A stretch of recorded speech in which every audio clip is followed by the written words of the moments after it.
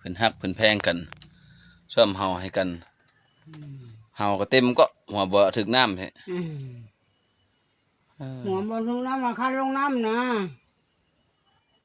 หลายคักเบิ่งทรงเพิ่นก็แบบทันสมัยขนาดนะทรงเพิ่นดีใจ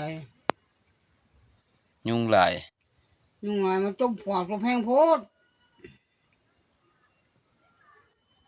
ธรรมดาปะนั่นน้ำคนฮักแท้มีอยู่จริงทุกคนเอ้ยเจ้าสิข้านขนาดใดค่อยก็เต็มใจเลี้ยงนั่นไม่เนาะ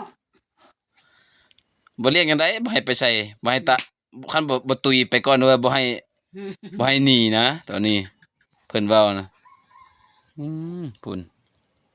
เขางับมื้อเกี่ยมพันยาได้หั่นสาลีได้กาบสาลีได้หั่นกาบสาลีเกี่ยมพันยาสูบเพิ่นโอ้ยยุ่งที่มันต่อเมียงบอกสูบยาด้วยสาลีพันยาสูบก่อนบ่ได้ยาเสยาเลยยาเลยสูบโอ้ยาของแท้อีกคนเอ้ยเบิ่งยาเพิ่นเอามาให้เขาเบิ่งเลยดูยาหั่นยาใบเด้อทุกคนบ่แม่นยาเส้นเด้ยาใบเลยเด้ยาปลูกเองนะโอ้พุ่นยังหลายอยู่แล้วบ่แม่นปลูกเองดอกบ่มีดอกยาตัวไปเอาน้ำเพิ่นแท้เอาน้ำเราสูบเอาน้ำเอาบ่แม่นคนไปเอาเมียไปเอาไปเอาไปเอามาให้เอามาให้เอามาให้ทุกคนยาเส้นทุกคนนี่ยาเส้นเด้อเป็นไดยาเส้นเมืองลาวไก่เมืองลาวไก่ยังแล้วของลาวแท้ๆเลยแหละเพิ่นทันขี้กากอะไรบาปน้ำบ่มีขี้กากได้บ่มีวะโอ้บ่มีขี้กากเลยขี้กากกินบ่ได้มันเปื้อนโพดขี้กากบ่อยากมาใกล้มันเหม็นมันบ่มาขี้กากเหม็นมันโอ้ยยุ่งมันตัวไปโอ้ยเนี่ยขี้กากบ่กล้ากินทุกคนเอ้ยเหม็นโพด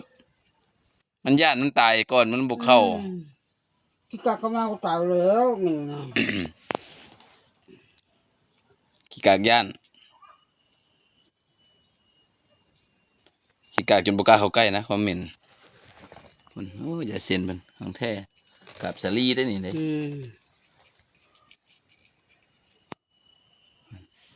ไม่ใช่หัวหน้ากับไฟหัวหน้ามีมาบ่แล้วเนาะ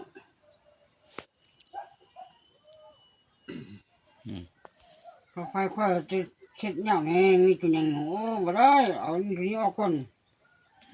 ก็ไปนี่ละบ้านละเห็ดคนตาเนาะสวยกันนักจึงยันมีนันนี้ซ้ำบุ้งกุ้ยปุบบิดแค่เหตุ